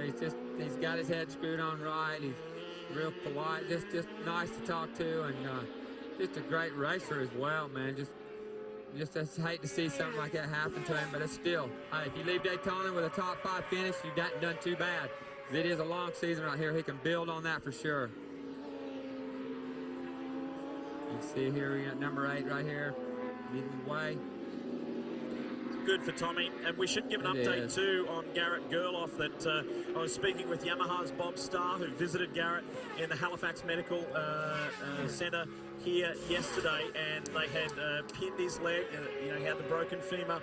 Getting it back together, they actually got him out of bed, and he said, we don't know about exactly how long it will take before Gerloff is back on the bike, but we're wishing him a speedy recovery. So Garrett, if you're looking, we wish you well. Here's Melissa Paris. This is Josh Hayes' wife. You just saw Josh win Superbike Race 1. Melissa's running 22nd at the moment. Okay, well, Melissa's doing all she can do right now. Throws the water back over, gets back up on the bike, fires that thing up, heads that back out for her last stint right here to finish this Daytona 200. Obviously, a couple of years ago, she had an accident real near the end of the race, damaged her finger, so she's definitely going to want to try to bring that thing home on 2 wheels today.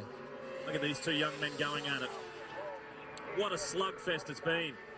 And what they've seen is 7 other riders lose touch with them for a variety of reasons. There were 9 guys in the lead group. It's now down to just 2. Yeah, I mean, it's a tall order to try to keep that many riders together for 200 miles. And you see a lot of it happen in the pits, and you know, that's just a part of this race, and we'll see what happens. What's happening down there, Jason? I just got word from AMA Pro Racing's out Ludington that everybody in the field has done their 1 mandatory rear tire change. So the race is clean at this point, and everybody's done their tire changes, so there'll be no penalties. Now we can race to the finish right now. We got 13 or about 12 and a half left for these guys as they make their way down the back straight. Braking hard right here, and Bobio's going to take that spot. Time to squeeze in a quick commercial break as we near the closing stages of this year's Daytona 200. Who's going to get it?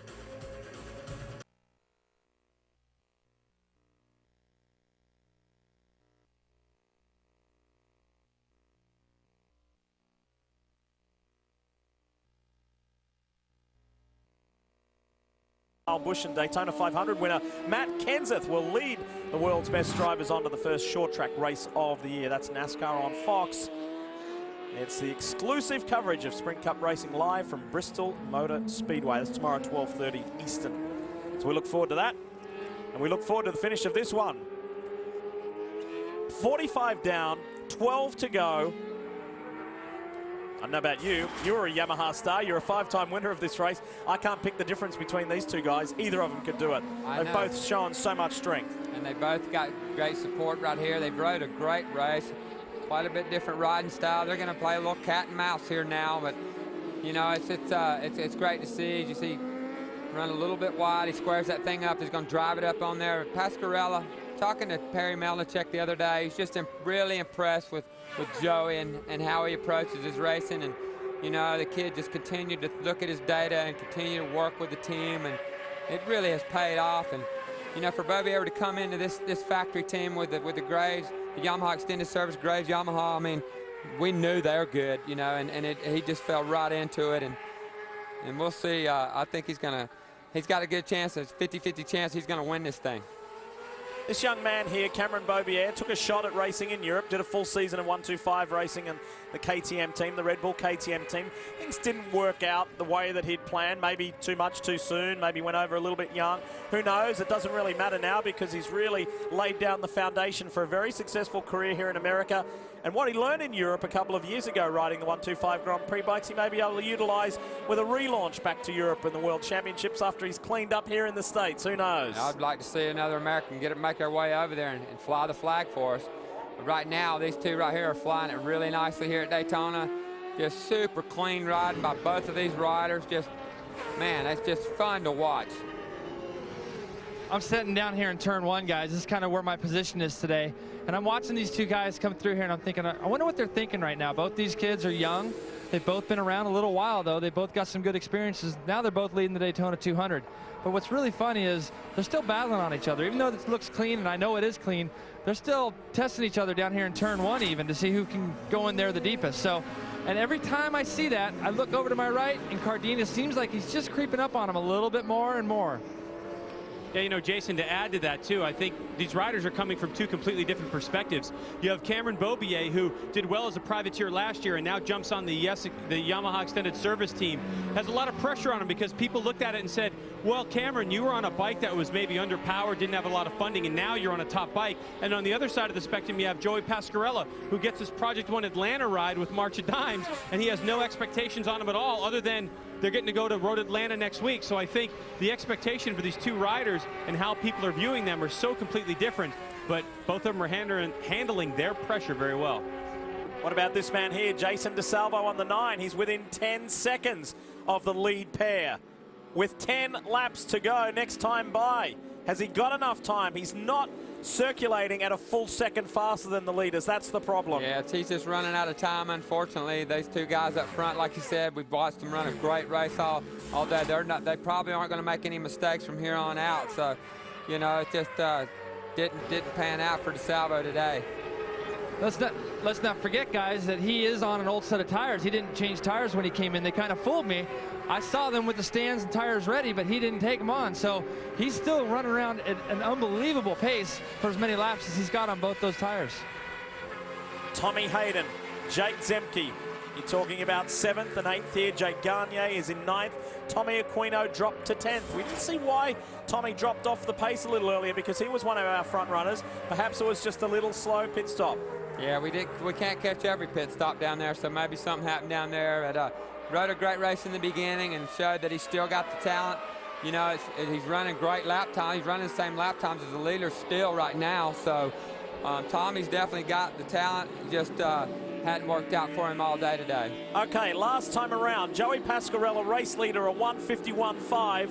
Jason DeSalvo, a 150.4. 1.1 seconds faster. He's under 10 seconds now. 9.8 seconds with 9 laps to go. 9.5 to go. This is fun to watch right here. Let's see what happens. And that's impressive to, like Jason touched on, he went back out on the same tire. So for him to be cutting this kind of laps, that says a lot for the rider and the bike he's on. It's going to be a stretch for DeSalvo, keeping in mind if he has enough fuel, we're pretty sure he does, to get to the end. It'll be a stretch to catch these two young rabbits, but he may be able to push Martin Cardenas off the podium. Anything's possible. We know that here for sure. He's 4 seconds back of Cardenas right now. So, yeah, that's maybe doable. If either of these two young men can do it, which is highly likely, this will be a significant achievement for Yamaha. Yamaha has 20 Daytona 200 victories, 13 of them in a row. And this is the 40th anniversary of Yamaha's first win here at the hands of Don Emdy.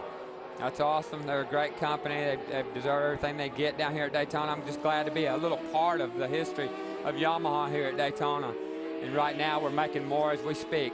But you know, Jason, you talked about wondering what these guys were thinking right now. I'm pretty sure they're both thinking, I can win the Daytona 200 today. They're both thinking that right now. They're both trying to figure out where do I want to be on that last lap, taking a look over the shoulder. So they feel comfortable now that they've got that gap on the rest of the field. It's a two-horse race to the finish right now. DeSalvo sliced it down to 8.7 seconds behind now. He's clearly taking a second per lap out now. And Cardenas is only 4 seconds back from Bobier, so maybe I'm speaking too soon, but right there, as you can see the gap right here. There's Martin Cardenas, second bike in shot, 36. That's the Colombian. Here is the American, Jason DeSalvo. If they're smart, the teams are smart, they'll be aware and letting these guys know on their pit board as they go down that infield straightaway. That's where they give him the sign that Martin Cardenas is coming. So at some point, these two riders up front are got to keep that in mind and maybe pick up their pace if they've got anything left in the gas tank. Oh, this is going to be close. This is going to be agonizingly close. If DeSalvo keeps this pace, what can the two youngsters do at the front? They really don't have to do anything different than what they've been doing because they've been superb. They have. And this guy too, man, he came out here really surprised some folks this weekend and just, man, got a good head on his shoulders, really riding well, and that bike's really performing well right now on a Dunlop tire that's been on there for a while. That says a lot for everybody involved. Dunlop's done a great job this year, righting the wrong from last year, and it's good to see. We've had a great, safe race so far today. The Yamaha pair flash across the line. Joey Pasquarella, Cameron Bobier to bring it down to 8 laps to go.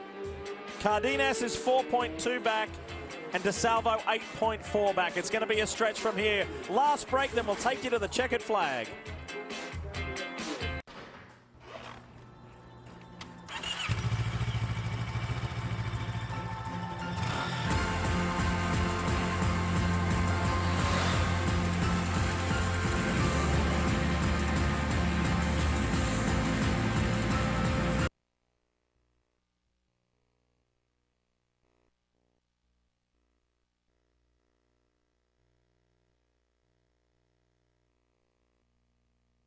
Two 19-year-olds. Joey Pasquarella at the front on the Project 1 Atlanta Yamaha against the Works Yamaha of Cameron Bobier. They've got enough margin over Martin Cardenas aboard his Geico Suzuki to just have their own private little battle to join a very special club. Especially with the lap times they're cutting last time. They may have got notified that Martin was gaining on them, and now the last time by, both of those guys went from 51s down into the 50s range lap time. So they know they've got to keep that pace up. They can't lay off at all because this man right here will hunt them down. 4.2 seconds in arrears last time around. It's not inconceivable for him to slice that off. Dane Westby showed us earlier in the race, but it is a tough task. Let's run down the order for you. Behind him, we know DeSalvo's 4, Westby's 5, an agonizing 35 seconds back. He could have easily been the Daytona 200 winner today. Zemke is 6th, Corey West is 7th, Aquino is 8th, Tommy Hayden 9th, and Jake Gagne is 10th. Phenomenal battle up front, Greg. It is, and this isn't the only battle these riders have ever had. They're both from Northern California. They started racing when they were 12 years old against each other in Supermoto. And back in 2010 in Supersport, they raced for the first time together on 600s. How did that end up? Cameron Bobier beat Joey Pasquarella by 0.001 seconds. These two riders know each other very well. And they're showing the respect like they know each other very well also. And you can see they've ridden together many times right here, but I guarantee you Pasquarella wants to be on the other end of that deal when they finish this one. Martin getting a little wobble right there. He's throwing everything he's got at this, man. He's got to. Cut a nice lap, 150.3 last night, but DeSalvo, 150 flat. He is flying on an all-used Dunlop tire, and he just running out of time, unfortunately. 7.7 seconds behind Joey Pasquarella. There he is in the retro Triumph color scheme and leathers for the late Gary Nixon. I'm not sure that Martin's out of this yet. I mean, he cut more out of him in that time. He's under 4 seconds behind now. So if these guys in the front run into any kind of traffic that impedes their progress, it'll allow Martin to get that much closer. And sometimes, man, when you can see him that close, and he can see him, you'll throw everything you got at it. Maybe he can pull it back. Remember what we told you a little earlier about Martin Cardenas. He is a late race specialist. This is what he's become known for. Usually it's within elbow to elbow scraps. Right, that's with right. spectacular moves and sideways style, backing it into corners. But let's see if he can hunt them down. I mean, right here, he'll leave this braking late as he possibly can and diving into turn 1 right now. Probably putting that front tire into all kind of situations as he runs it. Like I said, ran it wide. See, he's overcooked it. That's what you do. You just try, and you gotta try. You gotta try. But turn 1's so easy. Look at Pasquarella. He made a little mistake right there. So right now, a couple of mistakes right there in the last couple of corners by the top 3 riders. So Bobier's pretty steady back up front. What do you think? Instead of fighting each other, these two need to team up. They've got to team up, because if they're fighting each other like it's the last lap now, Cardenas and DeSalvo will arrive on the scene unexpectedly. You're exactly right. You took the words out of my mouth as I watched them come around the banking last time they came side by side. Let's stay in line, fellas, and keep that draft rolling. Let's move this freight, try and keep it rolling. We don't want to get side by side, but, you know, these are their first times, you know, dealing with this kind of situation. So they're kind of just racing each other. See Martin right there sliding that thing up on. He's giving him Dunlop all they can handle right now. Still 5.5 laps to go of this 3.5-mile circuit. I tell you what, Cardenas took 0.7 of a second out of him last time by. It was 3.8. This time it's 3.3. So the countdown continues. And now DeSalvo is within a lot closer margin to this man here, Cardenas, after that turn 1 incident and slight error. Here we go again, like you talked about, side-by-side racing right here. Not sure that they realize the man behind him is coming as hard as he is. 5 to go now, 5 to go. And let's give you a margin. Let's give you a real time check here between Pasquarella, Bobier, and Martin Cardenas. 3.3 seconds. What is it now? 2.9, and almost another half a second gone. There you go. That's that one rider right there that they had to just wait. Let me wait and see what this guy's going to do in the braking zone in turn 1. And that just allowed Martin to claw that little bit closer to him. And with every lap that goes by, Bike 9 DeSalvo comes down by another second. With how many laps to go is exactly how much he's behind. 5 seconds behind is DeSalvo. This could very well come down to a last lap scramble like last year. Cardenas, I got a real good feeling, is going to catch these guys. They keep swapping back and forth right here. And that's exactly what, look how close he is now. He gets by this guy clean, which he needs to do that. Nice. Thank God he got by that guy right now. He's got a good run. Get this thing turned. Try not to get the thing sideways too much. Try to keep it hooked up. Man, he is real close now. But see, you can gauge that on these brakings, on these deep braking zones. Now, when you got them right there in your sights, you just leave that a little bit later. Again, you saw him make a mistake in turn 1. Let's see if he can continue to move up on him on these braking zones. And with every out-braking maneuver and every pass attempt, these guys are inhibiting their ability to hold off Martin Cardenas. Here comes the Colombian. The hook has been set, and he's reeling them in, man.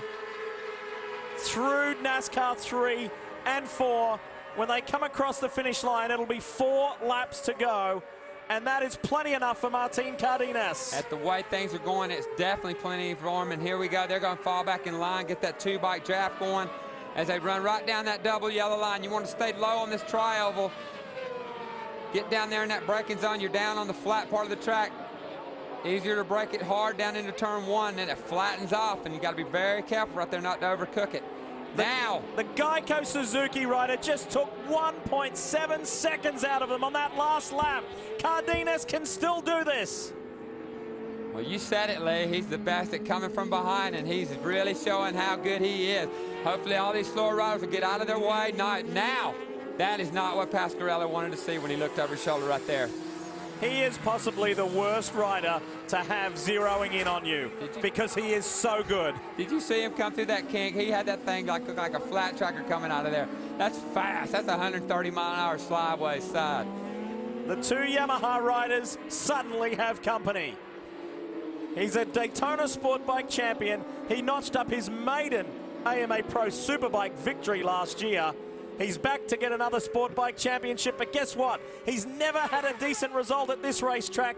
This could be the first time. He got the Rolex wristwatch for getting pole position. He could convert that into a victory. 3.5 to go, and Cardenas is on the scene. What I expect to see right now as we come down into the chicane right now, let these two guys see, and then what I expect to see at the start-finish is a test run for Martin. Can I get these guys at the start-finish? I don't think you'll see him try to take the lead until the last lap. How far back is DeSalvo? You're looking at the battle for 6th on the left with Jake Zemke, Tommy Aquino, Jake Gagne, they're all in there. Top 3 on the right-hand side of your screen with just 3 laps to go here at the World Center of Racing. Looks to me like Lee, he's just happy now he's caught up. He didn't even look pressured or worried about trying to sneak up on that draft. He's doing it all right here on the brakes. He said, man, I've run these guys back down from that far back. I know I can win this thing now. From Cardenas in the yellow and black leathers to bike number 9 is 2.5 seconds. So DeSalvo has got 3 laps to make up less than 3 seconds. That's achievable as well. It can be done. Pasquarella keeps seeing that, and every time he looks over, and there he goes, Martin down the inside. He said, now you see me. I'm in front of you now. And Joey Pasquarella has just said, where did you come from? And he says, from about 7 seconds back. A long way. How about that? And the 9 now comes into the picture. The Triumph is in the zone. And you can believe that Martin is a smart rider. He's watching his pit board, and he may decide, hey, I'm not going to sit back here and wait till the end because I know number 9's coming behind me. I may have to get on up here and make this thing happen. Remember how Jason DeSalvo won this race last year? It was with a pass coming through Nascar turn 4 into the tri-oval and got the victory by literally hundredths of a second. Here we go again. Martin's settled into that second spot right now. Bobby has really run a great way. Did I see DeSalvo run straight right there? No, he made it. He's there. there. He made it, and he made up some time on the brakes again. This is getting good. Up on the 31-degree banking, all 3 decide to run high. What a great shot that is. That captures the top 4. It shows you how much room DeSalvo has to make up. It's a great shot by our camera crew right here, telling the story right here as they come down that start-finish line straightaway right here. 3 bikes tied together and 1 number 9 back there all alone trying to make it happen. Who do you want to win this? Do you like Yamaha? Do you like Suzuki? Or do you like a bit of history with Triumph in the legendary Gary Nixon livery? What a ride by Jason DeSalvo. Look at this. He is right there with 2 to go. The dream is not over. For bike number 9, it is alive. The dream is definitely alive. And there's the latest Motors team. They can't believe it. He was the first of the front runners to stop, and we thought there was a problem. He stretched that middle fuel run, and he's stretching this final one. He'll be on fumes by the time the checkered flag comes out. Oh, he about ran over Martin right there. He is coming with a head of steam like nobody else, man. And now he knows I'm there now, and he knows my bike's fast. So let's see. He's probably going to do a little test run, or does he try to go out front? Now it gets tricky with 1.5 laps left. Now it's not a 2-horse race, it's 4 now. So who can really pull this out? No disrespect to anybody else, but nobody else counts. It's down to these 4, folks. The next rider is Dane Westby, 41 seconds behind. It's a 4-rider race.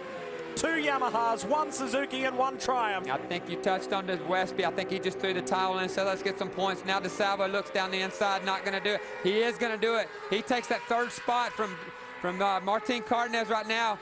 And now the 2 youngsters are in trouble. Wow. Look at this. He's not going to hang around and play games either. The 2 more experienced riders are going to get on with this job because they're coming to the white flag.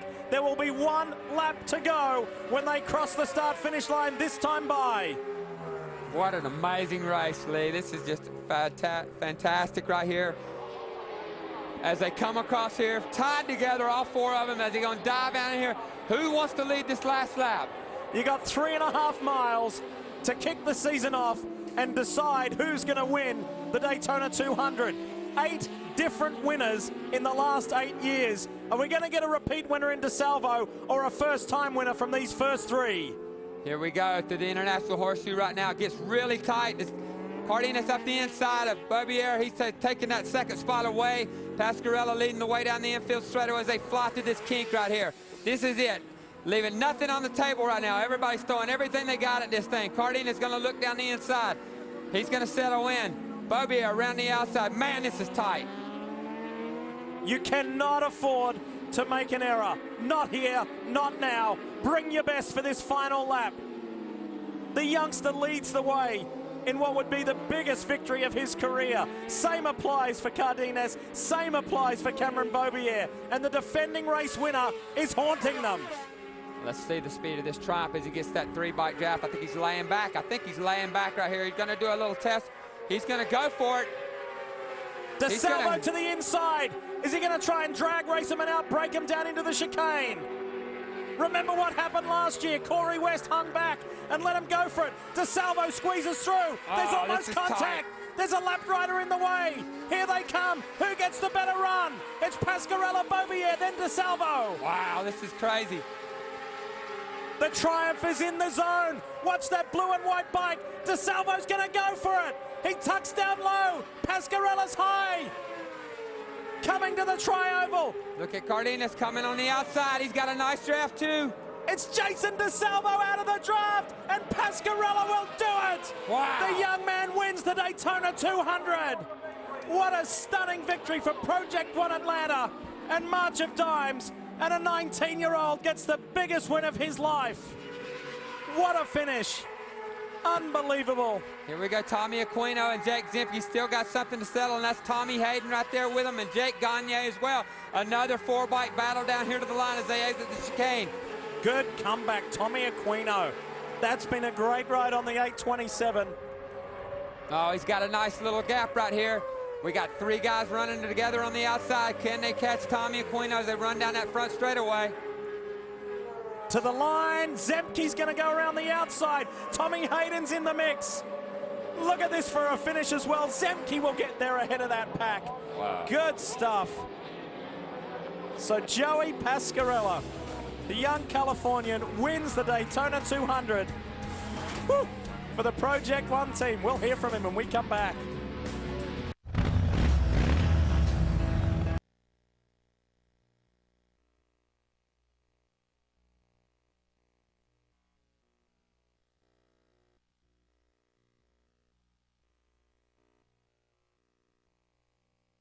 Joey Pasquarella is without Greg White. Joey Pasquarella, you are the Daytona 200 winner. Congratulations, man. How you feeling? I'm a little tired. My ears are ringing like crazy. I can't hear a thing, really. But, dude, it was a crazy race. This is my first time in the Daytona really competitive, and I kind of, you know, like everybody tells you what to do, but once you get out there, you kind of forget and just do your own thing. But I was just out there with Cameron, you know, the whole time, it seemed like, and came in for our pit stops last time, and I knew I had a little bit of motor on everybody, and I think the last lap I was going to let somebody go by, and then I just figured, you know what, I'd feel stupid if I let somebody go by and I didn't get them, so I just went for it, and there was a lapper actually, and I got a draft off him. I think that's the reason why I got it. I don't even know. I'm speechless right now. What were you thinking really going into that last couple laps? It was you and Cameron, and then all of a sudden, Martin latches on, and then the 9's there. What was going through your mind? Dude, I didn't even know what was going on, really. I just stayed as far up as front I could, and I just rode as hard as I could. All right. Well, you did it. Congratulations, dude. Daytona 200 winner. Thank you so much. You know, we did this, you know, we paired up with the March of Dimes for this race, and, you know, I can't thank them enough. We're supporting a good cause, and Project One Atlanta, Mach 1 Motorsports, John Bach Loop, Shoei Helmets, Cortec Leathers. You know, hopefully we can keep going with this thing. Thanks. All right, good luck. I'll tell you that's an awesome feeling right there for Joey, and congratulations to him, and his grandfather's got to be so happy right now to have, and Perry, all you guys did such a great job down there. Just man, amazing. It's just a great deal. One thing that we can't stress enough is that team, Project One Atlanta, just literally weeks ago did not know that they would be coming to this race with Joey Pasquarella, and all of a sudden, a few weeks later, they're the Daytona 200 winners. Quite extraordinary. Let's run through the results. Spare a thought for Dane Westby there. Just that little hiccup on that front end was enough to take him out of the running. He was one of the strongest riders today. Good solid stuff from Jake Zemke. Martin Cardenas could have been on the podium. Unbelievable comeback from he and Jason DeSalvo. And Tommy Hayden gets very valuable points for that number 8 Yamaha. He sure did. Right here you see JD Beach in 11th. Robertino, great race. Another arm of the Catra SGA racing team. Did a great job. Bobby Fong, see him back in AMA action. Here we go. I mean,